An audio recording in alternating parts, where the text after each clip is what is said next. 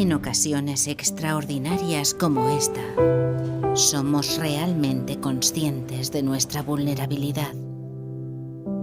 Reaccionamos movidos por nuestro sentimiento de solidaridad. Y nos preocupamos y vemos, más que nunca, a las personas más vulnerables.